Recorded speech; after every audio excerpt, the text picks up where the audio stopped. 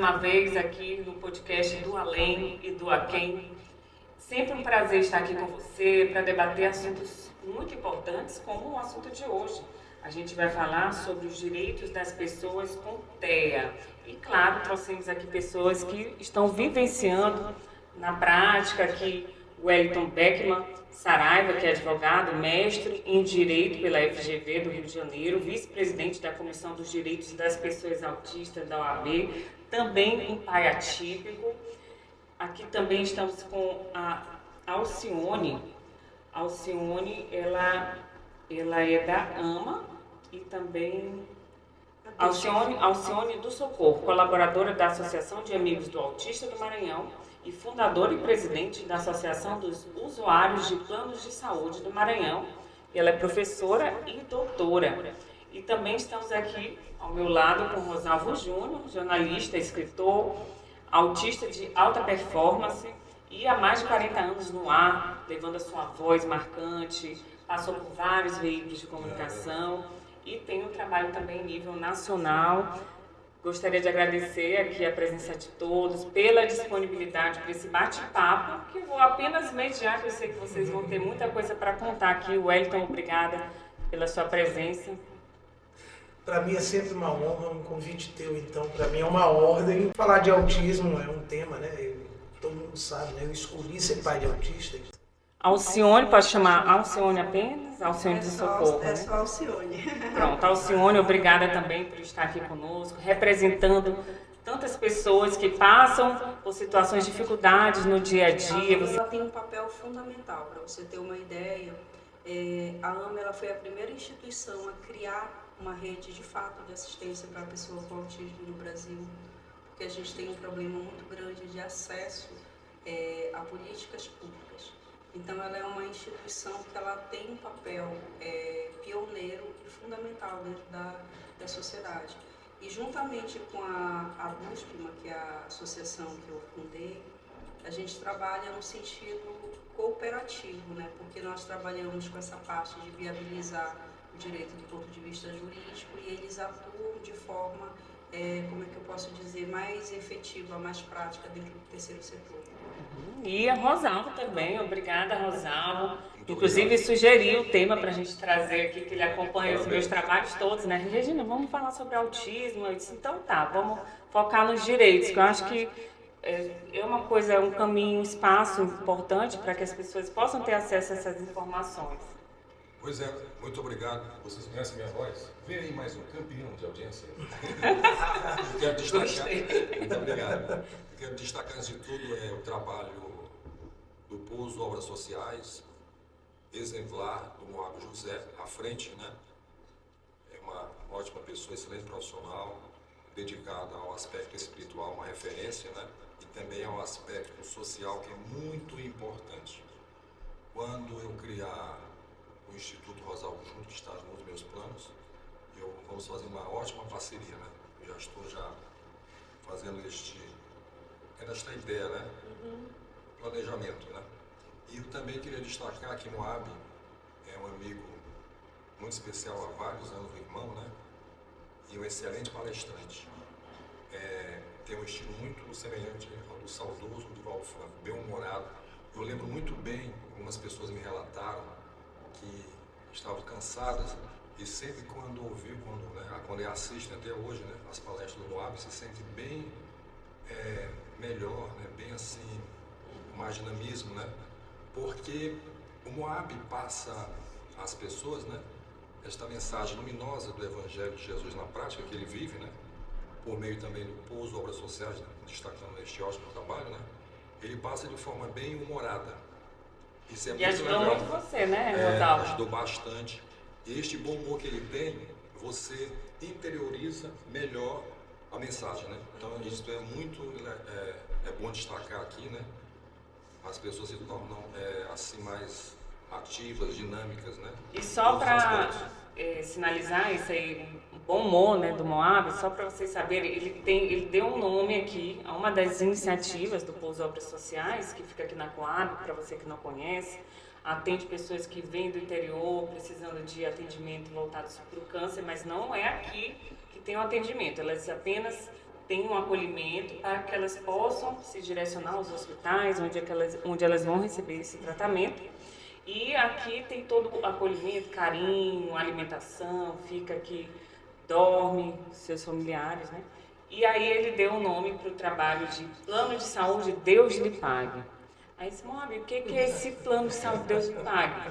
A gente chama os voluntários, os médicos formados, credenciados, e pergunta se ele aceita fazer esses trabalhos aqui, atendendo as pessoas gratuitamente, e diz assim, meu filho, o único pagamento que nós temos é o de Deus, então que Deus lhe pague. Porque, né, então, trabalho voluntário mesmo, mas tem esse atendimento aqui, gratuito, não tem burocracia, entre em contato pelo Instagram, Pouso Obras Sociais, né, o Moab sempre fala sobre esse trabalho. E tem uma série de iniciativas, mas ele pediu que focasse neste podcast, nessas duas iniciativas. No Plano de Saúde Deus lhe Pague, que é só entrar lá no Instagram, ver como é que funciona, vir conhecer a instituição e ele vai dizer quais são os profissionais aqui disponíveis, os horários de atendimento. Mas só para finalizar uma outra iniciativa, né? Rádio Web Amor Infinito. Também vai ser veiculado através do estúdio, que nós estamos aqui, Pouso Obras Sociais, tá bom? E aí, pelo que eu entendi, vai ser uma rede de centros espíritas que vão estar aqui se comunicando seus trabalhos, mas também vai ter música nacional e internacional. Então, muito conteúdo espírita de qualidade e o espaço está aberto aí para você que tem a sua casa espírita, quer divulgar os seus trabalhos. Então, você ia falar alguma coisa antes da gente entrar no tema? Falar de você, né? Dar os parabéns por estar à frente, né, deste trabalho aqui, apresentando, né, participando, né? Você tem uma espiritualidade muito evoluída, né? E também você é a pessoa correta, né, para estar aqui. Então, a espiritualidade vai unindo, né? Colocando as pessoas certas, né? Tem uma energia muito positiva, uma aura muito luminosa, e isso é importante, né, na questão dos trabalhos, né? Eu que gosto de estudar aura, né, desde a década de 70, e eu vejo muito nisso, né, nesse trabalho que você desenvolve, e meus parabéns. Eu que agradeço a oportunidade, porque Moab chamou, como ele falou, prontamente eu aceitei, porque eu conversava com Deus pedindo assim que ele me guiasse, né, sempre peço. E aí, em seguida, apareceu esse convite, eu entendi o recado, eu disse, não, vamos aceitar esse desafio. Eu queria fazer uma observação. Comentei com vocês, né, que eu participei durante toda a minha juventude no movimento espírita, né, por conta da educação mediúnica muito extensiva, e a gente trabalhava sempre com esses trabalhos voluntários. E como meu filho é autista, né, e ele tinha problemas, não sei se cabe, mas aí eu queria dar esse depoimento. Sim, não, aqui não tem se podar não, a gente abre a conversa, vai mesclando. Então, por exemplo, quando ele, antes dele nascer, eu via um menino no meu lado, tanto que eu não tive nome para menina, sempre só para menino, porque eu via essa presença. E depois que ele nasceu, eu tinha uma intuição que nasceria com algumas dificuldades, né? Porque a gente vai sendo preparado, vai tendo esse conhecimento. E aí o que acontecia? À noite, antes dele dormir, eu fazia aplicação de passe nele, né? Então eu olhava assim como se fosse uma coisa negra dentro dele, assim, que eu procurava estudar. E eu penso assim, que nessa caminhada com o autismo, o aspecto espiritual, ele é fundamental dentro dela. Não é só apenas o conhecimento, não é só apenas a terapia, não é só apenas esses outros movimentos. O aspecto da espiritualidade, ele é base, ele é central. A evolução espiritual, né? Acho que é importante, né? Eu não lhe digo não só nessa evolução, eu posso lhe dizer do seguinte sentido.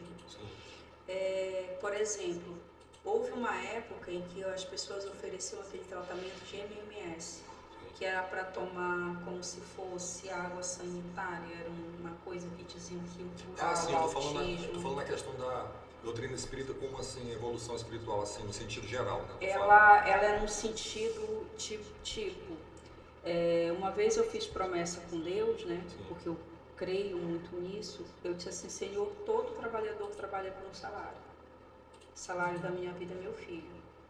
Então, o senhor cura aqui meu filho, mas aí nesse sentido era mais o sentido mesmo de comorbidades que o autismo sempre vem acompanhado.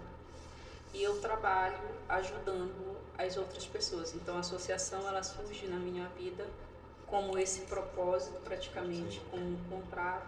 E o que eu posso dizer de um menino de nível de suporte 3, em que o médico me disse que não sabia se andar, se ia falar, que não sabia quanto tempo de vida teria por causa das comorbidades. Hoje eu tenho um adolescente de 15 anos, com praticamente toda a autonomia, né, possível, mas isso muito assim aposta da fé, do sentido do que eu vou fazer, eu vou lutar. Então tem um princípio que a gente planta, né, semeia, trabalha, mas é Deus que vai dar o florescimento. Então, ter essa confiança no processo, que eu acho que é uma das questões doutrinárias centrais que a gente recebe, no sentido de entender que nós estamos num mundo, né, de penas e provações.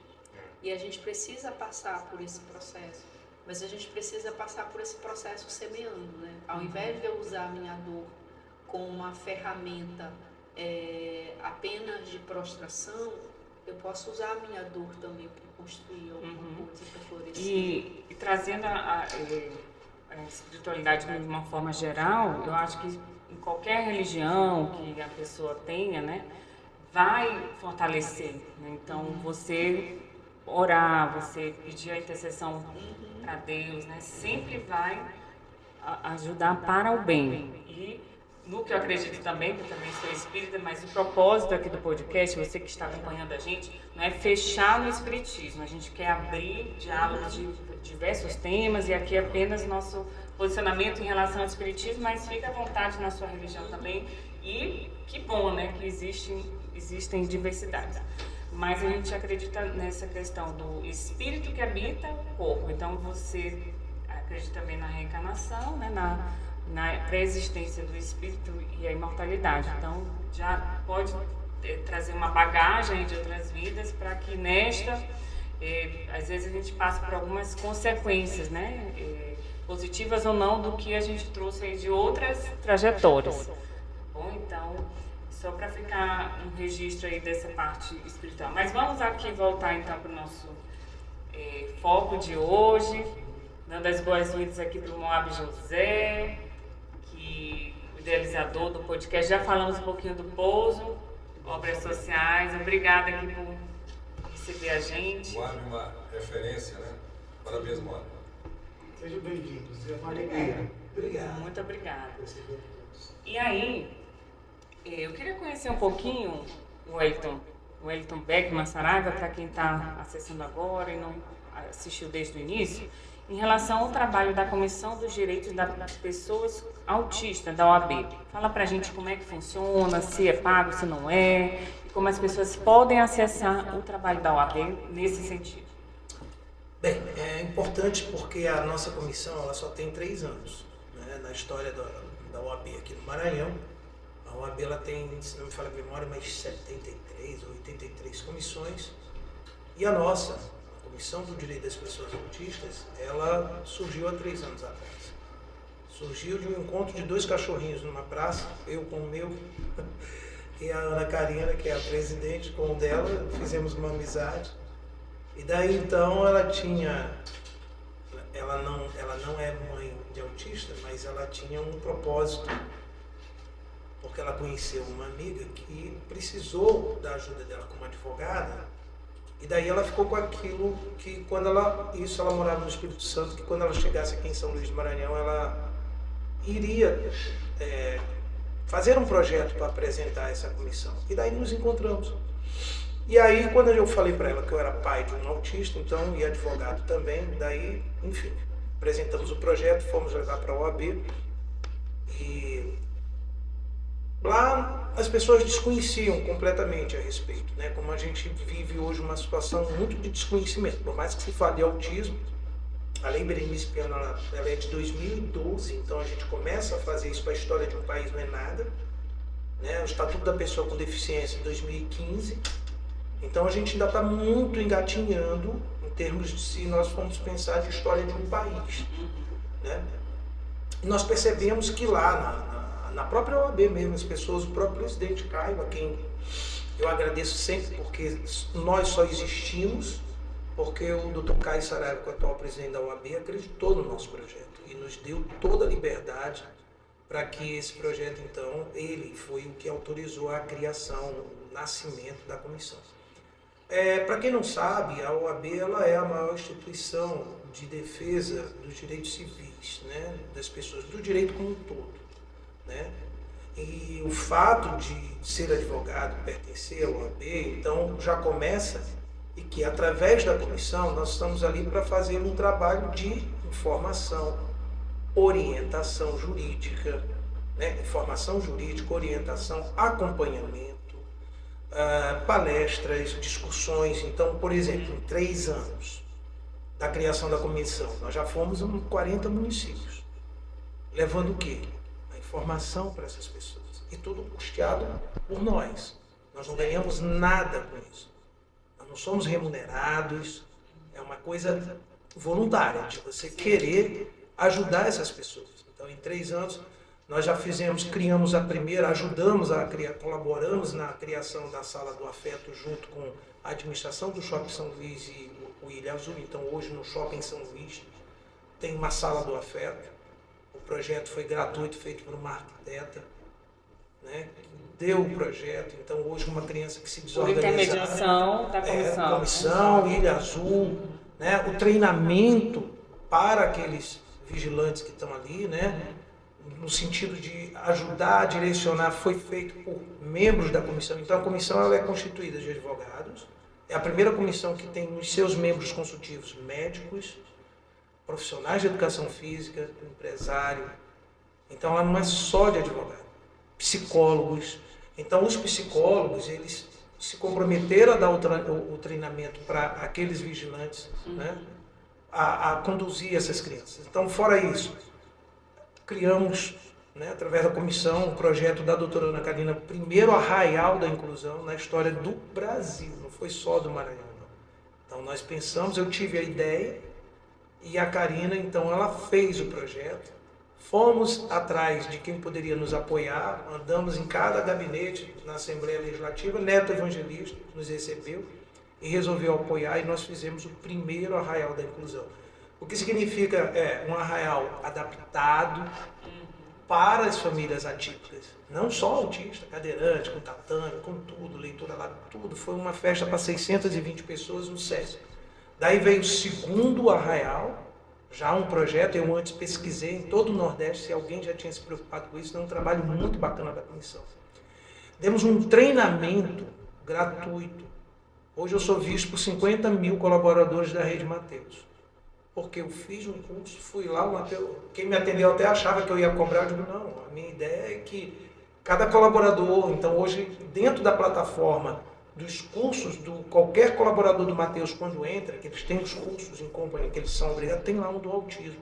Eu falando, por quê? Porque a gente sente a necessidade de que as pessoas entendam. Para outras gerações, né? Exatamente, porque o que acontece? Tem muita gente que eu fui fazer uma audiência e o juiz olhou para mim, para minha cliente assim, e falou, o que é autismo mesmo? Então, para você ter uma ideia, né? A minha cliente virou e disse assim, é ele que vai julgar? Eu disse, é. Então, para você ver. Se eu te falar que médicos, né? Minha esposa é médica, ela mesmo, médico, colega dela, já falou, Ediane, é doença. Então, olha para você ver como o desconhecimento, né? Então, as perguntas mais comuns, né? Se autismo é doença, se pega autismo, né? As pessoas têm mania de dizer que o leve não tem nada de... É leve, gente, as pessoas... Então, a OAB, a comissão, ela se presta a levar essa informação, a explicar. E daí nós criamos autismo na igreja, levamos palestras no autismo para as igrejas. Se a Associação Maranhense de Espiritismo nos convidar, nós estaremos lá, né? Se as religiões de matriz africana nos chamar, nós iremos lá. Porque o que é importante é levar esse conhecimento para a sociedade. Quem quiser acessar todo esse... é entrar em contato com a comissão. Por exemplo, a gente tem acompanhado muito, a gente tem feito um trabalho, eu principalmente, só quando eu não posso, eu e o Fernando. Então, por exemplo, recentemente,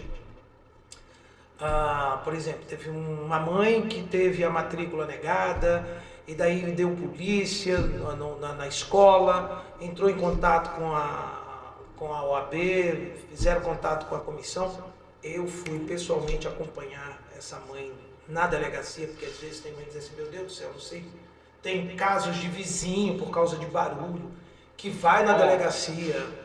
E aí eu pessoalmente vou lá acompanhar, porque elas ficam assim, meu Deus do céu. Então o trabalho nosso, entrar com a ação, que quem nos ouça saibam que nós não temos legitimidade para entrar com a ação. Isso aí é a Defensoria Pública.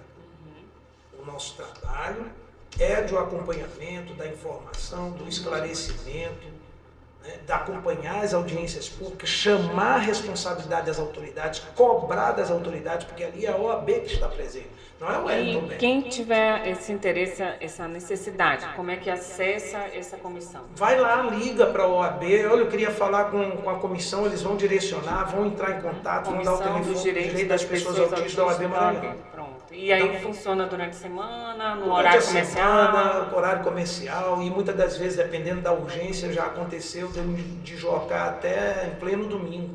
Porque é uma coisa que eu também tenho vida, né? Nós temos vida, claro. A nossa família é atípica, então muitas das vezes o meu filho está no meio de uma crise, como acontece, porque foi uma coisa que nós fomos dar uma palestra até aqui em Rosário, e uma mãe chegou e disse assim, olha, mas eu não imaginava que vocês, e elas achando que nós estamos num patamar de ricos, né? A humildade dela falando que isso não acontecesse. Eu digo, minha querida, autismo não tem classe social. Você sabe qual é a diferença do meu filho para o seu? É porque o meu tem um advogado 24 horas à disposição dele, de graça, ele não me cobra, entendeu? Ela riu para cá, de graça, 24 horas, mas eu tenho que entrar com a ação, eu tenho que despachar com o juiz, eu levo um na cara, e você vai ter que depender da Defensoria Pública, do Ministério. Agora, mas as crises são as mesmas, são iguais, o preconceito, o capacitismo, tudo é igual. Vamos já voltar então para os casos que com certeza você e todos aqui que estão participando desse bate-papo vão apresentar muitas situações, né, que a gente vai aprender bastante. Mas a Alcione do Socorro, né, ela representa aqui a Associação de Amigos do Autista do Maranhão e também é presidente e fundadora da Associação dos Usuários de Planos de Saúde do Maranhão, a DUSP, vamos chamar assim a DUSP. Então, fala um pouquinho então qual é o trabalho da associação da AMA, né, que é conhecida, AMA Maranhão, e da DUSP na prática. Em primeiro lugar, a AMA ela tem um importante papel. Aí para a gente entender... e também se tem alguma contribuição, se é pago, se não é, como é que funciona? A primeira questão que a gente precisa pensar é olhar o aspecto histórico, né? O autista ele só vai ser reconhecido como pessoa com deficiência, né, a partir da Lei Berenice-Piana, que é de 2012, como o Beckman falou. E nesse sentido, antes disso, onde ficava o autista? Esse é um não lugar, e o não lugar ele é um não lugar da precariedade. Então, ou ele estava na Pestalozzi, que eram associações que colocavam por causa da relação com a deficiência intelectual, ou eles estavam nos CAP, ou em alguns anos antes eles estavam nos hospícios.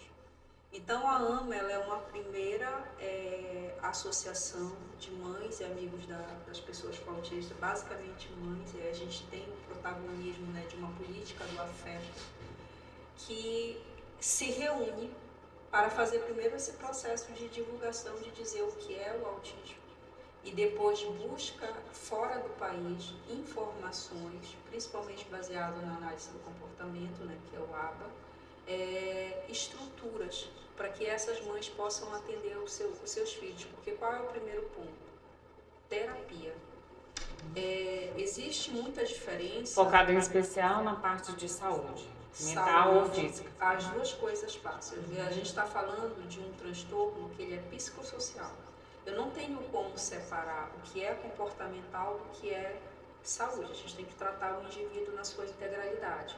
Então, o que acontece? Um indivíduo com TEA, se ele tiver, por exemplo, uma dor de barriga e ele não sabe falar, ele vai ter um comportamento disruptivo, né? Que muitas vezes vai se bater, vai agredir outra pessoa, mas qual é a base e causa? Muitas vezes é uma questão física, mas o que ele precisa ser ensinado? Ser ensinado a falar, a mostrar que ele está com dor, a sinalizar de alguma forma.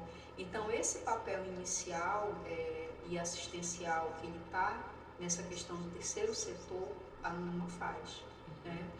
E ela faz, e a USP, a primeira coisa que a gente tem que fazer é a observação, que a presidente, que sou eu, sou uma pessoa autista, né? Então, logo, não gosto de muitas pessoas. Então, eu digo que o terceiro setor jamais trabalharia, porque eu não gosto de excesso de contato, porque isso vai me levar a um desgaste emocional e a um adoecimento. Mas qual é a minha área de atuação, qual é a área da atuação da associação? Como o Beckman falou, você tem a opção da Defensoria Pública. A Defensoria Pública hoje ela está abarrotada de casos. E muitas vezes você tem uma família que não consegue contratar um advogado particular. Então, é aquela história. Sou muito rico para estar na defensoria e sou muito pobre para contratar um advogado. É nessa hora que entra a Associação dos Usuários de Planos de Saúde e Sistema de Saúde do Maranhão. E por que sistema de saúde? Porque também nós atendemos pessoas do SUS. Então, chegam para a gente casos de medicamento, negativas de medicamento, chegam para a gente negativas de matrículas de escola, negativas de plano de saúde. Então, o que nós fazemos? Nós colocamos a um valor social e acessível uma forma de essa pessoa ter acesso a esse direito. Então, nós lutamos nessa frente. Só que nós fazemos isso a partir de uma série de... Por meio, por exemplo, dos advogados mesmo, né? Com os advogados. Nós temos advogados da associação, nós temos um site, que aí logo a pessoa que não gosta de socializar, às vezes as pessoas perguntam assim, eu ia tirar foto contigo. Eu já fui. Eu faço aquilo que é necessário no tempo necessário e vou me embora. Sim. Então, assim, isso é legal, em parte, que as pessoas começaram a respeitar esse lugar, porque eu posso ser altamente funcional como pessoa autista, mas dentro das condições que me são dadas. É tipo assim, não vou colocar um peixe em cima de uma árvore, porque eu vou dizer que esse peixe é disfuncional. Mas eu tenho que colocar esse peixe no ambiente que é dele. Então, boa parte da nossa luta pelo direito das pessoas com autismo é exatamente fazer com que a sociedade entenda a necessidade de adaptações razoáveis para que haja qualidade de vida. O autismo em si só, ele não pode ser visto como um problema, como um mal, como muitas vezes as pessoas vão interpretar, aconteceu uma desgraça na minha vida. Você até conversando comigo explicou que a USP ela não é focada apenas na pessoa com autismo, mas acabou que muitos procuram por conta de você ter o diagnóstico, né, e também ter muito conhecimento. Basicamente assim. Mas é aberto, né? É aberto. Por exemplo, quando de necessidades em relação a planos, às vezes quando o plano, a gente vê muitas mudanças aí nos planos, né? E restrições, impedimentos, e é nesse sentido que vocês auxiliam. Primeiro eu preciso, a associação ela está conectada a toda a minha história. Uma vez eu estava sou antropóloga e socióloga, né? Uma vez eu estava em sala de aula e aí eu escutei uma coisa que para mim me tocou e foi muito importante. Eu sou da área de pesquisa na área de sociologia e antropologia da saúde e da doença. E aí a professora disse assim, se você quiser entender o nível de desigualdade de um país, você precisa olhar para como ele trata os seus doentes.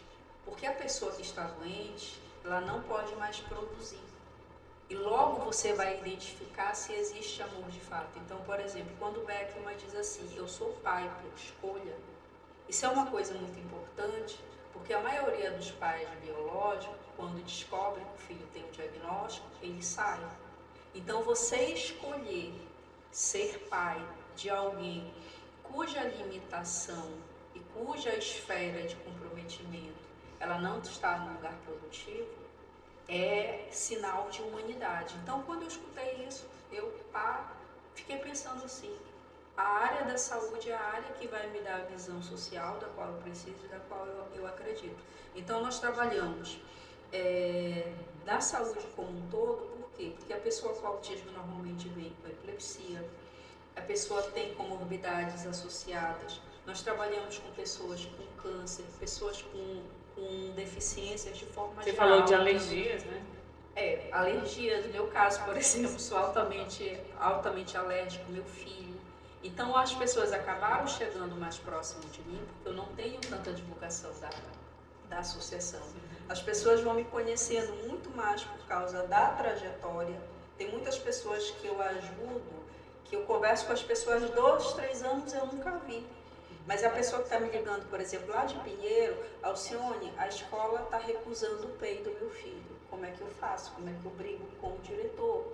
Aí eu vou e ensino, escrevo plano educacional individualizado. E aí eu vou passando as orientações de tudo como vai fazer, porque quando você chega ao caminho da judicialização, e isso precisa ficar posto, significa que nós já extrapolamos todos os níveis de sensibilidade possíveis. O Betinho tinha uma frase que ele dizia assim: quando alguém passa fome, é porque todas as barreiras de dignidade elas foram vencidas. Então, quando a gente chega na judicialização, é porque a gente já não tem mais nenhuma outra expectativa de ajuda. Então, aquilo que as pessoas deveriam cumprir, então não de uma forma humana, por isso que a gente precisa sensibilizar as pessoas. Elas não fazem muitas vezes por má vontade, porque a lei ela está expressa o direito. A gente precisa efetivar. A AMA, ela faz o trabalho de que maneira? É gratuito? A AMA faz de forma gratuita, por isso que ela é do terceiro setor. Ela busca captar alguns recursos para ela viabilizar. E é sempre uma luta muito grande, né? Porque se trata de um público muito carente. E agora eles estão fazendo um trabalho muito interessante, porque assim, a AMA ela começou a se espalhar pelo interior do estado. E é muito interessante você ver o protagonismo de mulheres que começam a assumir não apenas a expectativa de esperar que alguém olhe por elas, mas o protagonismo de exigir e de se organizar coletivamente para que o direito dos seus filhos sejam, vamos dizer assim, respeitados. E ela é através dessa função, com uma organização do terceiro setor, que ela consegue, ainda de forma não ideal, mas da forma possível. Tem muita gente que não consegue, por exemplo, uma terapia, mas que na AMA ela vai encontrar esse espaço. E aí, só me permita isso, Thelma tem uma característica que eu acho muito interessante. Uma vez conversando com ela falando assim, a pessoa estava sentada esperando o atendimento do seu filho. Você vai me ajudar, aqui está uma vassoura também, porque você tem que entender que aqui nós trabalhamos colaborativamente. E a AMA ela não poderia ter crescido se não houvesse esse olhar de protagonismo, das outras pessoas. Não, é dar protagonismo para as outras pessoas, porque a gente não quer as pessoas na assistência. E uma das coisas que a gente sempre conversamos juntos, e tanto eu digo para ela, quanto a gente nessas conversas, qual é o medo de toda a família? Morrer e o seu filho ficar. E aí eu digo assim, se você morrer, tenha certeza que eu vou lutar pro seu filho, e a mesma coisa eu espero que você faça pelo meu. E a gente quer essas pessoas nesse modelo nas associações. E vamos já aprofundar esses pontos, que eu acho que ela foi bem profunda agora nessa pergunta, que eu quero depois ouvir até, de repente, um caminho aí que você, nessa experiência na UAB, pode... Você me falou uma coisa importantíssima. E aí a gente, com muita alegria, a gente também tem uma pequena participação nisso. Quando a comissão ela foi criada, 3 anos atrás, primeiro que Thelma é a nossa representante. O filho de Thelma tem 30 anos, o Isaac. Então a gente fica imaginando, se o autismo ele veio realmente, a pessoa passou a ter seu direito a partir de 2012, o Isaac tem 30, não tinha. Os direitos da pessoa com deficiência, no Brasil, ele começa a partir de 1993, pessoas com deficiência. Só que o autista, ele não está em lugar nenhum. Em lugar nenhum. Por quê? ele estava à margem. Ninguém sabia o que ele era. Até o diagnóstico era dado errado. Era esquizofrenia, era qualquer outra coisa. Tu tá entendendo? Mas não usava os médicos. Eu tenho um primo de 70 anos que é médico. Minha ex-mulher é médica, é atual médica. Passaram pela universidade aqui no Maranhão, fizeram a cadeira de psiquiatria, que todo tem que ir lá para... Meu nome? Nina Rodrigues, né? Na época, há muito tempo, era chamada Colônia Nina Rodrigues. Né? Eu tenho 64 anos, então ainda me lembro, né? Colônia Nina Rodrigues. E os autistas, que não tinham diagnóstico, estavam tudo jogado lá, tomando choque, era uma coisa, né? Então, imagina, só a partir de 2012 que o autista, como bem ela falou, né? Ele, para efeitos jurídicos, ele é considerado pessoa com deficiência. Então, todos aqueles direitos da pessoa com deficiência que no Brasil começam em 1993, agora são incorporados, né? E daí, a partir de 2012, outros direitos foram sendo criados especificamente. Então, tu imagina... Então, aí tu vê, Thelma sozinha, eu digo que é a pequena grande mulher, né? Que ela é pequenininha, né? O que ela não enfrentou, e todas essas pessoas que hoje, do Carmo, que ela conhece, do Carmo é outro, o Jefferson com 40 anos, tu imagina o que essas mães não sofreram, não tiveram que enfrentar, quando não tinha amparo jurídico, não tinha comissão, não tinha nada. Então essas leis já trazem um pouco até de suspeita. Pois é, existe de 2012 para cá, mas pela idade dos filhos dela, que eu estou te falando aqui, 2 exemplos, não tinha nada. Então elas são pessoas admiráveis, são pessoas em que a gente tem um respeito muito grande. Eu não conhecia, passei a conhecer Thelma a partir de 3 anos atrás, e minha admiração é eterna por ela, por toda a sua luta. Então, quantas pessoas, né, vão se beneficiar dessas conquistas, dessa luta, né? Exatamente. Então, aí o que acontece? Surge a comissão, e é nesse ponto que o senhor falou uma coisa belíssima, o terceiro setor. Quando a comissão surgiu, só tinham 8, 9 AMAs que estavam ainda, tinha a daqui, que é a Thelma, que é a pioneira, e tinha 8, 9 que estavam ali naquele processo de hoje, são mais de 60, mas onde houve a participação bacana da comissão? Principalmente da presidente Ana Karina Cunha, porque ela começou a orientar essas mães a como fazer uma ata, a como fazer o registro, a como ir atrás do CNPJ. Com o nosso conhecimento jurídico, a gente começou, várias mães começaram também a perguntar. É uma rede, né? E a gente começou a orientar, todo mundo faz isso, somando. modelo disso, modelo, você precisa ter o CNPJ. Sabe por quê? Porque no direito, por exemplo, crimes de menor poder ofensivo, tem multa, cesta básica. Os tribunais são cheios, tem momentos que eles têm uma verba que eles têm que doar. Aí vai tudo para a PAI, porque não existia. Agora não, eles têm opção. Então nós começamos a mostrar, orientar essas mães a terem seu CNPJ, a nós buscarmos, orientá-las a buscar esses recursos no tribunal, tanto da Justiça do Trabalho e tal, e hoje são mais de 60. Tem até o Ministério Público do Trabalho pois também. Então a gente também deu essa orientação, repassa, isso aí é um trabalho belíssimo da doutora Ana Karina, que é a presidente, e aí eu como vice, várias mães também vêm no meu privado. Isso é super importante, esse apoio da OAB. A gente foi orientando. Então agora, hoje está se proliferando aí da melhor forma possível. Avançar, que a gente já está assim, 20 minutinhos para encerrar, e aí precisamos aprofundar algumas leis, né, alguns direitos aqui, e apresentar o Rosalvo, né? Rosalvo está quietinho aí, só esperando a vez dele, né, Rosalvo? Então, relembrando você que entrou aí no podcast, está sintonizado com a gente, ouvindo aí, jornalista, escritor, autista de alta performance e teve diagnóstico tardio, não foi, Rosalvo? Como é que você descobriu que você tinha autismo? E de qualquer forma, desde que eu conheço você sempre foi bem sucedido aí, apresentando programas voltados para a cultura, jornalismo em geral, e também escritor e locutor. Voz nacional, né? É uma voz maravilhosa aí, que já foi contratada em vários trabalhos de nível nacional. Fora do estado já fiz. Isso é interessante, pontuar essa sua carreira, né, de forma pincelando aqui, porque muitas pessoas com autismo podem se achar, né, às vezes incapazes, não vão conseguir, ou baixa autoestima. E aí você mostra que é possível e que dá para chegar muito longe, né? Então fala pra gente desse processo do diagnóstico, que foi tardio, e na sua profissão que você tem um êxito, né? Regina, muito obrigado pelo convite, estar aqui com pessoas maravilhosas, né? Muito conteúdo, eu fico muito feliz. Olha,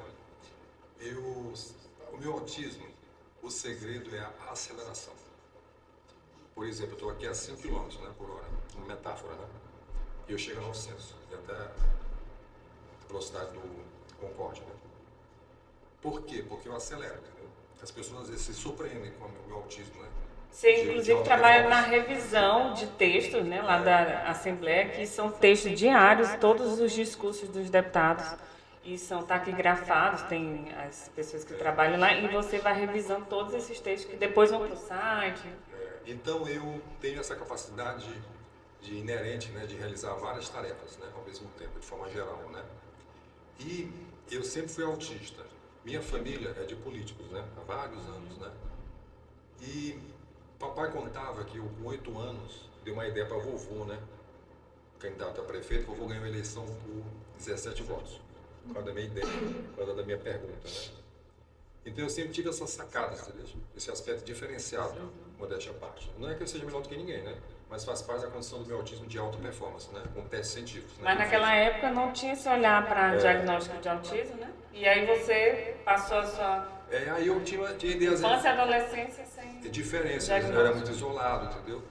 Eu demorei a falar, né? A realizar certas atividades, mas o raciocínio era muito rápido, entendeu? Eu sempre criava situações assim, mecanismos que as pessoas até hoje se surpreendem, entendeu? Porque eu acelero e eu crio aspectos diferenciados, né? E aí, isso aí foi em 76, em 1980, eu comecei a ter ideias do plasma, né? Ouvir a música para realizar os objetivos, né? Hoje é um novo tempo que começou, todos os nossos sonhos serão verdade. O futuro já começou, né? Então eu ouvia várias vezes, porque eu não sabia que era autista, né? Esta música, né, da Globo, e eu vou me tornar um escritor. Aí eu começava a plasmar, né? Vou me tornar exatamente um jornalista, um autor, né? Isso ajudou muito, porque eu creio que uma motivação, né? Uma emoção, que é essencial, né? Claro que eu tinha, como ela falou, né? Eu possuía, naquela época, assim, uma queda de energia, né? Eu ficava cansado, né? Com excesso de estímulos externos, né? Das músicas altas, né? Não sabia ainda se proteger, né? Os shows, né? Movimentações, muita gente. Olha, o pessoal, por exemplo, eu ia no antigo Casino Maranhense, né? Na beira-mar, o pessoal dançando carnaval, eu, em 81, exatamente com 13 anos, eu ficava treinando minha voz, entendeu? Eu não... parece que eu ficava no meu mundo, entendeu? E me ajudou bastante. Era uma fuga ali daquele ambiente que eu sou muito feliz perturbava. Esse autista, né?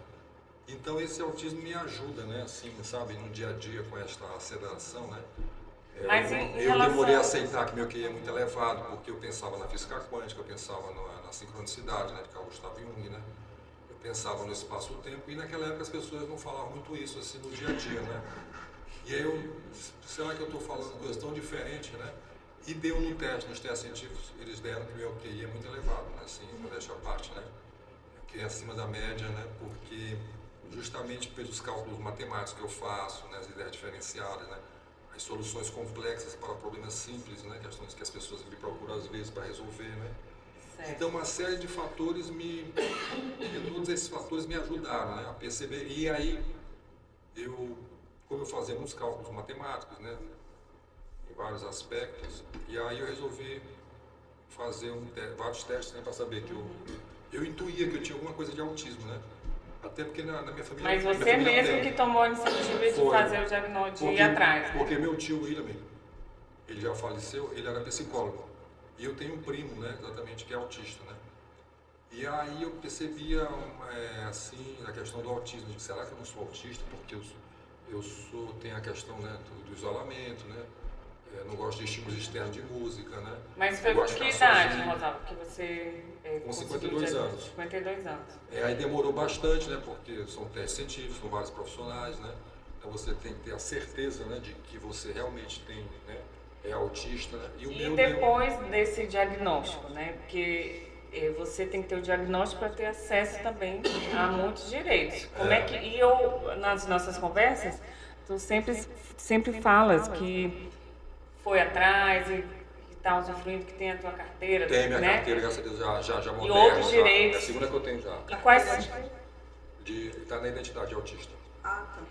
e vai falando aí o que aspectos que tu foste logo Tem buscar. a Cipiteia também. Cheguem pertinho, tá? E tem a Cipiteia também, sim, tem. Que é o quê? que é a carteira de identificação da pessoa autista, porque tem autista que não quer que coloque na sua carteira de identidade Certo. que ele é. Isso aí é uma faca de dois gumes. Por exemplo, se você vai fazer um plano de saúde e manda a documentação do teu filho e está lá já na carteira, Facilita você bastante. pode ter certeza que o plano vai demorar para te responder, tá. vai limitar. Se você está no nível dele, vai fazer uma entrevista, na tua carteira de identidade, já está lá que é autista, você pode ter, eles não vão deixar isso claro, mas eles vão fazer de tudo para não te contratar. É a realidade, gente, isso é Brasil. Eu não Então, coloco. o que acontece? Daí veio, através da lei, a chamada Lei Romeu Mion, em homenagem ao filho do Mion, que ela é de 2022, que criou a CIPTE, que é a Carteira de Identificação da Pessoa Autista, de forma como, por exemplo, eu tenho 3 carteiras de identidade, né? Eu tenho da OAB, então quando eu preciso me apresentar com ela, eu tenho... Você usa para cada situação, né? Eu tenho a minha de militar, ex-comandante da Marinha, entendeu? Dependendo da situação, tem 3 identidades. Então, a mesma coisa, a CIPTE, ela vem para facilitar. Então, se você precisar se identificar como autista, se você não quiser correr esse risco de botar na tua identidade, você, através dessa lei, você cria a CIPTE, que agora aqui no Maranhão já tem.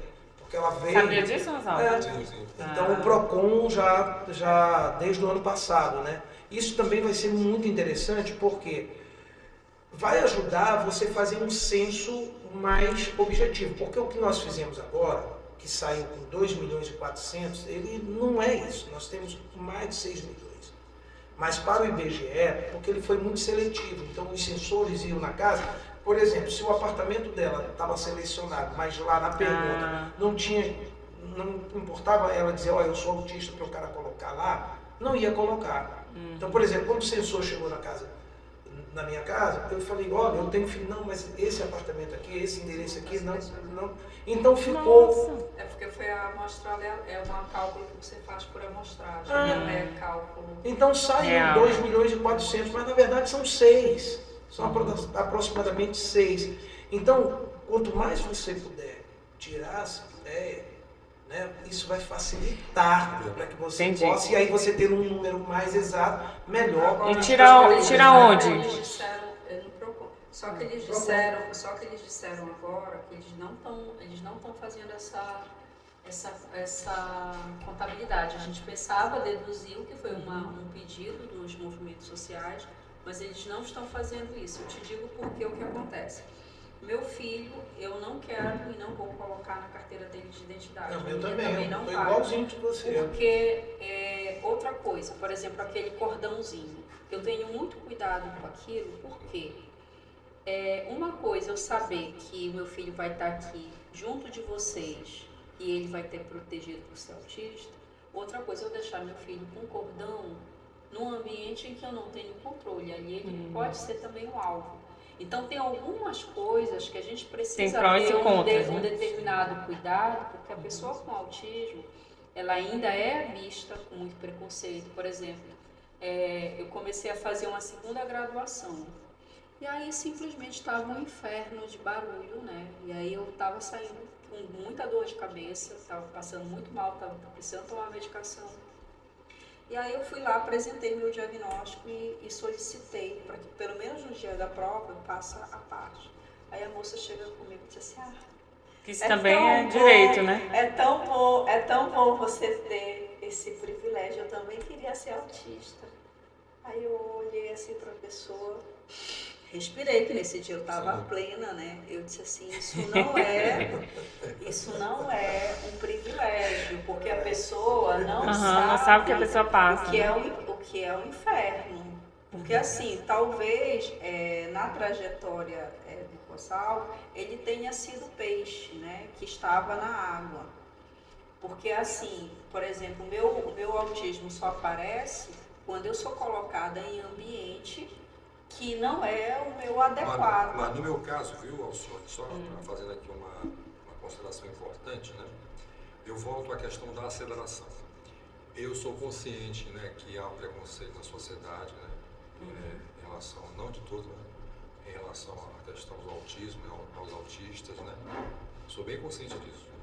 Agora, o que eu percebo assim, os mecanismos que as pessoas se surpreendem comigo, né, é porque eu acelero, entendeu? Por exemplo, vamos supor que eu me depare com uma situação de preconceito, né, de diferença, alguma coisa nesse sentido, né? Aí, as pessoas não contam, elas não sabem, né, que eu tenho essa aceleração, né? De repente eu encontro uma forma, entendeu? Não sei de onde, entendeu? Para compensar isso, entendeu? Aí eu compenso. Eu uso muito a compensação, entendeu? Não, mas eu vou te colocar um exemplo concreto, tá? Eu recebi o diagnóstico de nível de esporte 1, mas na minha avaliação estava: se eu não fosse professora, ou seja, se você não fosse locutor, se você fosse colocado num ambiente em que você precisasse sentar e ficar de forma metódica naquele lugar, você não estaria dando o mesmo depoimento. Então, no caso, se eu não tivesse um trabalho que eu tenho autonomia, eu seria nível de suporte 2. Eu vou te dar um exemplo. Mas só que eu concordo contigo, assim, mas assim, no meu caso, assim, né, o que eu tenho uma surpreendente capacidade de adaptação, entendeu? Porque cada caso é um caso, né? Não existe um Eu me adapto, por exemplo, eu posso... Tu consegues ficar 4 horas Consigo. sentado, Consigo. tranquilo, numa... Por quê? Porque eu vou explicar o segredo, né? Vamos dizer assim, né? É porque lá eu estou com a chamada aceleração, entendeu? Então essa aceleração me dá entre aspas, um superpoder, né? Superpoder, né? Entre aspas. Por quê? Porque lá eu estou como profissional, então eu consigo me adaptar em qualquer situação. Claro que depois que eu sair de lá eu vou ter que descansar, né? Para retomar. É uma pausa, mas eu sinto mais forte. Agora vamos focar aqui na nossa... Mas eu concordo contigo, Imagina, o tema das leis. o que eu estou te falando isso todo dia dentro de uma profissão. Vamos supor, você nasceu filho de uma empregada doméstica cujas oportunidades são limitadas. Aí eu te coloco dentro de um trabalho que ele é maçante, que ele é difícil, porque esse é o desdobramento das pessoas com altas habilidades, né, e superdotação. Você tem esse pensamento que ele é de fato mais acelerado, ele processa de forma mais rápida, só que quando ele é criado num ambiente sem grandes desafios, sem a possibilidade de desenvolvimento desse potencial, o que acontece? Você vai ter os casos de depressão, os casos de ansiedade, que foi o aspecto que o Beckman sinalizou, de que essas diferenças, que é o discurso, né, do autismo dito leve, ele é um problema a depender do lugar que você estiver. Mas aí que eu te digo, Alcione, eu te digo só Mas rapidinho. vamos só por encerrar o exemplo, assunto para a gente focar nas leis. Por exemplo, já ocorreram situações, né? Vamos dizer assim, houve situações, né, em que as pessoas, assim, de forma geral que eu falo, né, tentaram me diminuir, entendeu? Mas só que aí entra a questão do preconceito de fato mesmo, entendeu? O preconceito velado de fato. Eu concordo contigo, isso mesmo. O seu raciocínio está perfeito. De você também. Só que no meu caso, dentro da minha condição, que você falou que existem vários tipos de autismo, eu concordo também, né? Eu crio uma surpreendente aceleração. Eu descobri há pouco tempo isso. Eu digo, por que eu consigo me resolver de situações tão complexas, né? Aí são as capacidades de adaptação. Eu acelero, entendeu? Surpreendentemente. Mas bora lá que o tempo está terminando para a gente voltar aqui para o foco do bate-papo. Então, assim, eu conversei com uma mãe que também compartilhou algumas situações, né, que ela vivencia. E aí vocês vão dizer se vocês vivenciam isso também, se ouvem essas situações e responder como no caso, a comissão da OAB e como a DUSP também auxilia essas pessoas, né? Então, assim, ela comentou acompanhamento com profissional na escola, que nem no público, nem no privado isso acontece. Eu vou falar todas as situações, aí vocês comentam depois, né? Então, outra situação, planos de saúde têm dificuldade de autorização para terapias e procedimentos. Então, os gastos estão muito altos com advogados para que possa ter essa autorização, né? Planos dizem que não estão no rol da ANS. Outra situação, medicação cara, aí muitos têm que dar entrada no SUS, só que nem sempre o que vem são os medicamentos que a criança necessita e precisa utilizar, né? Então, eles querem, impor os medicamentos que o SUS oferece, né? Outra coisa tem auxílio por mês por conta da seletividade alimentar, né? Alguns pais sentem essa necessidade, mesmo às vezes classe média, de ter alguma renda a mais, porque tem muitos gastos. Mesmo os pais que têm os seus trabalhos, ganham mais de 2 salários, né? O salário mínimo, então é difícil pagar quando a criança tem essa seletividade, os acompanhamentos necessários na adolescência, como tem pais que têm mais de um filho e tem que fazer todo esse com TEA, né? E fazer todo esse acompanhamento. Outra coisa, para finalizar, o espaço TEA 12+, que é bom, mas é muito cheio e a pessoa fica numa fila grande, espera e tal.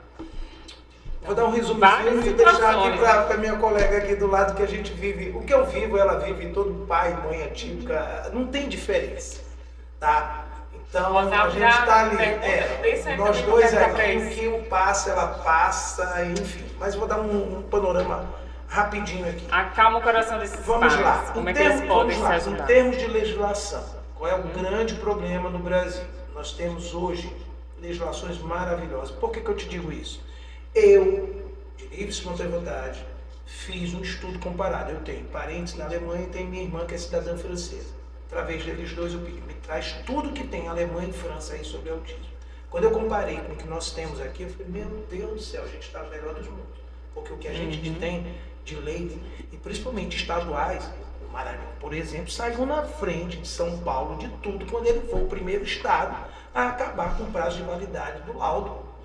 Entendeu? Isso foi um avanço no Maranhão. São Paulo agora, esse ano, que ainda estão discutindo no Congresso para ser nacional, e o Maranhão saiu na frente. Então, se nós formos pensar em termos de legislação, a gente está bem pra caramba. Qual é o grande problema que a gente tem? A aplicabilidade dessas leis. São todas engavetadas lá e para você aplicar é uma briga danada. Esse é o primeiro ponto. Então, tudo isso aqui está preso aí, a legislação está linda, né? Advogado vai lá, está tudo aí, ela sabe, está tudo no termo de legislação. Não tem nada do que falaram aí que a pessoa não tem direito. Agora, vamos lá, uma coisa que é fundamental falar. Primeiro, que as pessoas fazem uma confusão muito grande. Eu vou só me focar aqui na educação. A Lei Berenice Pinheiro, que é a lei de 2012, que é 2007-94, ela diz o seguinte, que o autista tem direito ao acompanhante especializado desde que devidamente comprovado. O autista tem direito ao acompanhante especializado desde que devidamente comprovado. Isso é um direito dele, lei federal. Todo o território nacional. E aqui no Maranhão você ainda tem lei estadual te garantindo isso, tá? Nem precisava, mas também tem. O que é isso? No Brasil, educação e saúde são diferentes, tá? Quando você fala acompanhante especializado, você está se referindo à educação, desde que devidamente comprovado. Previsão em laudo, previsão também de uma equipe multidisciplinar na escola que vai dizer, né? E o laudo, meu filho, posso dar meu exemplo, o laudo dele está lá, que ele precisa de acompanhante especializado. E ele precisa também, né? Acompanhante especializado em educação. Obrigação de fornecer, escola não pode cobrar nada por isso, problema dela, ela tem que botar esse, seja público ou privado, problema dela. O público vai dizer assim, não temos mão de obra, então abre concurso, faz licitação emergencial, mas tem que dar um jeito, tá? Estou falando em termos de lei. Isso acontece só judicializando, porque a lei está ali e ninguém cumpre. Privada, mesma coisa. Nesse caso, judicializa pela defensoria. Quem não tem condições, judicializa. Quem está numa situação vai para a DUSP, não é isso? Que ela tem os advogados. Sim. Quem tem dúvida procura a OAB, que a OAB vai orientar e não vai cobrar nada, mas não vai entrar com ação, porque a OAB não é competência dela para isso. Ou então me procura, enfim, o outro colega e ele vai negociar e nós vamos entrar com a ação, se for o caso. Somos advogados, ninguém que está impedido de advogar. Mas ele tem esses caminhos, defensoria, a DUSP, OAB para orientar e tudo mais. Bem, nós falamos de acompanhante especializado, mas tem também o AT, o assistente terapêutico. O laudo do meu filho tem lá que ele precisa de acompanhante especializado na escola e também precisa do AT, assistente terapêutico. O AT, o assistente terapêutico ou acompanhante terapêutico não é obrigação da escola, não tem nada a ver com educação, e sim saúde. Aí você tem que fazer o pedido para o plano de saúde. O que o plano de saúde vai fazer? Negar. E aí você tem que judicializar, e é uma briga danada. Então, infelizmente, o caminho está sendo sempre judicializado. E o judicializar não quer dizer que você vai conseguir. Vai conseguir. Aí, aproveitando a deixa do Beck... A questão do remédio entra na mesma situação. Mesma situação. Só que aí o que nós temos também como um problema, que foi uma das questões que eu fiz análise dentro da minha tese. Quando a gente fala de judicialização do ponto de vista da política pública, a gente está falando de uma quebra do ciclo da política pública. Então, o que significa isso? Você vai transformar o que é um a um aquilo que deveria ser coletivo. Então, se a gente tem um grande problema hoje, é a desunião, porque muitas vezes as pessoas não entendem que nós precisamos trabalhar de forma colaborativa. Por exemplo, o papel que a OAB faz, o que a AMA faz, não é o mesmo que a DUSP vai fazer. Muitas vezes a gente precisa se completar dentro do mesmo propósito, do mesmo objetivo, porque é uma luta que ela tem várias frentes. E aí muitas vezes o que a gente percebe são discussões bestas, e aí eu vou falar também leis bestas mais do mesmo. Vou te dar um exemplo. O meu filho, desde que ele se entende por gente, ele entrava no parquinho e não pagava nada, porque está previsto lá na lei da pessoa com deficiência de forma geral. Aí se cria uma lei porque as pessoas, ao desconhecerem o seu direito, vão chorar, me desculpe porque eu não tenho papas na língua, vão chorar no colo de fulano que vai fazer lei e que não vai entender a questão. Aí cria, não, olha, 50%. Ou seja, se antes você podia entrar sem nada, agora você é obrigado a pagar 50%, porque uma mente iluminada que não entendeu qual era o problema, criou, e era uma lei bonitinha, que passa fácil, eu posso fazer propaganda. Então nós temos o primeiro problema aí, que é esse aspecto que temos excesso de lei, tudo que se colocou aí, nós temos direito. Aí vem outro problema, nessa questão como o Beckman colocou, o atendente terapêutico, ele é uma figura que ele se torna, vamos dizer assim, popular a partir da judicialização dos planos de saúde. Quando se pega o profissional e se coloca dentro da escola, principalmente para os autistas de nível de esporte 3, que não consegue sentar. E ele precisa ser feito todo um trabalho de adequação, de adaptação, para que ele consiga estar neste ambiente. Só que ele não é pedagogo, ele não trata da parte pedagógica. Sim. Aí temos um problema, precisamos de alguém que trate sobre isso. Ou seja, as coisas elas foram se colocando dentro de um movimento sem planejamento. Essa daí é a quebra do ciclo da política pública. Porque o que deveria ser analisado? A forma que o Brasil está fazendo, por exemplo, a inclusão, ela é totalmente equivocada. Totalmente equivocada. O que nós teríamos que ter? Você acaba com as escolas especiais, e eu posso te dizer, eu estagiei escola especial, eu estagiei escola de surdo, de cego, eu estagiei pestalose, porque quando eu fiz magistério, já que eu sempre quis ser professora, eu fui para essas escolas, mas para fechar. Se tira a escola em que eu tenho um aluno com especificidade, inclusive o filho da Berenice Piana, ele se recusou a estar em escola regular, ele preferia estar em escola especial. Porque a forma de trabalho é outra, totalmente diferente. Então, qual era o adequado? Eu ter uma sala de AEE e eu fazer a inclusão em determinados momentos do dia e de acordo com as condições dessa criança. Então, o que nós temos para responder de forma geral é a falta de mobilização também das pessoas, porque muitas vezes eu tenho certeza que chega na OAB e quer que o Beckman resolva o problema. Não quer atuar como nesse exemplo que eu falei, que a Thelma disse, não, você precisa trabalhar junto comigo. Você precisa estar do meu lado e lutar junto comigo, porque você não é cliente. Então está faltando um pouco dos pais essa movimentação para que a lei ela é a utopia, ela é o horizonte do direito que a gente idealiza da sociedade que nós desejamos. Mas ela só pode se tornar efetiva a partir do que o cidadão, e nesse sentido, né, Becker, ele assuma esse protagonismo e ele provoque o Estado, ele busque. Então tem que ter uma pressão maior para que isso aqui, a lei, saia do papel, né? Implementada. E aí Resumindo, é o papel da política pública. Para finalizar, Rosalvo, fazer uma pergunta dentro da tua vivência, né? Sim. Como pessoa com diagnóstico de autista. O que você gostaria de perguntar? Que nós temos duas fontes maravilhosas de informação.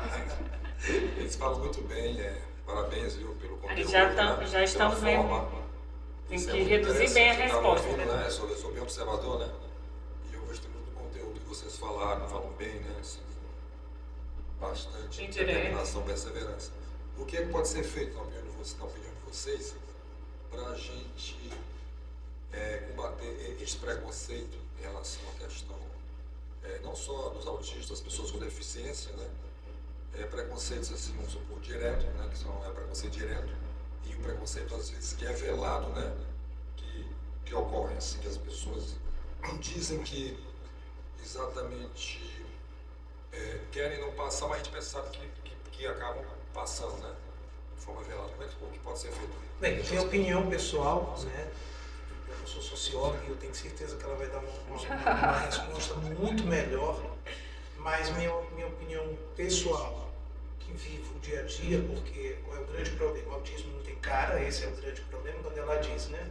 O cadeirante se identifica, o que tem deficiência visual se identifica, o autista você olha, e aí ou é mimo, é birra, vão começar a imaginar um monte de coisa. Então o que a gente precisa fazer é o que nós da OAB estamos fazendo. Acreditar em político, a maioria é projeto de lei. Gente, não precisa mais de projeto de lei. O político tem que sair da cadeira dele, que está dentro das funções dele, o vereador, de fiscalizar, de cobrar. Só para aqui no Maranhão, desde 2018, tem uma lei estadual que diz que todo estabelecimento comercial tem que ter a plaquinha. Você anda no shopping, tudo quanto é canto, tem muito estabelecimento que não tem do atendimento, que ainda não tem. Por que esse vereador que assinou não vai lá, não sai do gabinete dele? Então, se os deputados começarem, os legisladores começarem a fiscalizar aquilo, a gente já vai ter um ganho. Então, primeiro, já que não dá para ficar acreditando em conto da Luchinha, o que a gente tem que fazer?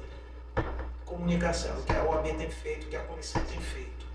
40 municípios, cara, em 3 anos. Muita estrada, muito quilômetro, muita gasolina, sem dinheiro de nada, com a única vontade de levar informação. Então, na minha opinião, a gente vai ganhar dessa forma. Cobrando dos políticos, uma cobrança em cima de que ele fiscalize aquilo que ele já colocou, e outra, educar essa sociedade. Agora, educar essa sociedade não é fácil, tá? É continuar nessa luta. As vagas, né? Isso foi um trabalho da comissão. No shopping da ilha. Quando você chega na ilha, no shopping da ilha tem aquelas vagas já identificadas, foi um trabalho da comissão. Você está entendendo? Então a gente vai lá. Então é fazer isso, é pressão. É educar e ganhar na informação. E Alcione, resumidamente, já para finalizar. Resumidamente, eu tenho uma frase que é do Maquiavel, a diferença de vencer e convencer, né? A diferença de vencer, eu venço sozinho. Convencer é vencer com o outro. Então, convencimento, e ele passa por essa educação que o Beckman está colocando. Porque a gente tem que tirar as pessoas também dessa inanição de ser sempre o ser de espera. E eu sempre digo que uma mãe, ela precisa sair do luto para a luta e ela tem que deixar esse lugar de sofrimento único, exclusivo, e ela tem que passar a exigir, porque a sociedade não abre a porta para nenhuma pessoa com deficiência. A gente entra e nos sentamos no nosso lugar. E é dessa forma que tem que ser feito. E dessa maneira, com essas reflexões, essa pergunta aqui também do Rosalvo, quero agradecer a participação de cada um, Rosalvo Júnior, Wellington Beckman, Alcione Socorro, né? E... A mãe está feliz com o chamando de Socorro. então pronto, realizei o sonho da tua mãe. Aí tem um detalhe, um bom percentual dos pais não aceita o diagnóstico, a gente ainda tem esse problema. Já é um tema para outro bate-papo, né? E Regina, você, antes de falar, de encerrar, eu queria só falar sobre o Moab que está aqui, né? Grande amigo e irmão, aproveitando esse espaço aqui importante, né? Pessoa iluminada, né? Que faz um excelente trabalho, só reafirmando, em relação ao pouso obras sociais. que ele já falou no A início. questão social, e merece com certeza a gente reafirmar, né? Este aspecto importante, né? Excelente palestrante, palestras memoráveis, iluminadas, você se sente bem, relaxado, sai com alto astral, porque ele é bem-humorado, né? Eu lembro muito bem É a das marca palestras dele. dele, a marca, né? Um estilo muito parecido com o Divaldo Franco, o saudoso, né? Divaldo Franco. E destacar rapidamente aqui, mas não poderia deixar de destacar, estando aqui, né? Retornando, né? Ao Pouso Obras Sociais, estando com exatamente, né? Nosso amigo Moab José aqui, né? Presente, ajudem, né? O Pouso Obras Sociais, participem, né? Colaborem, façam parceria. Sigam o Instagram para esse saber os trabalhos. Esse trabalho importante que tem que continuar, né? Moab iluminado, né? Visitem Esteve também. Com Chico Xavier, pessoalmente, né? Segue os exemplos do Evangelho antes de tudo, né? Os exemplos dos passos do Chico Xavier, a gente percebe, né? A aura, quem entende de aura como eu, que trabalho com isso, né? Desde a década de 70, esta aura luminosa, né? Então participem. Ajudem, né? Colaborem, né? Na parte espiritual, emocional, né? A parte financeira, né? E é importante, né, a gente que continue com esse trabalho luminoso e especial que está exatamente ligado em sintonia com o Evangelho de Jesus. E o Moab sempre fala que é importante visitar aqui as obras sociais para se envolver, sentir energia, conhecer o trabalho e a partir daí sim você vai contribuindo ainda mais. Eu Né? até me emociono, né, com esse trabalho de Moab, porque eu tenho uma mediunidade, né? Falando aqui para vocês, nós somos irmãos, né?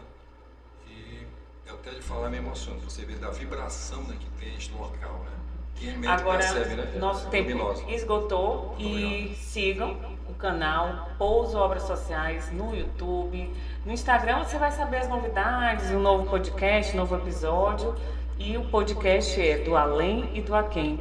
Fala com seu amigo, compartilha e já nós teremos outra edição e esse assunto vai estar super interessante. Já sabemos qual é o assunto, mas vai ficar esse segredo para você seguir lá o Instagram Pouso Obras Sociais, deste trabalho que acontece aqui mesmo em São Luís do Maranhão, na Coab. E qual é o encerramento? Vem aí mais um campeão de audiência. Isso aí.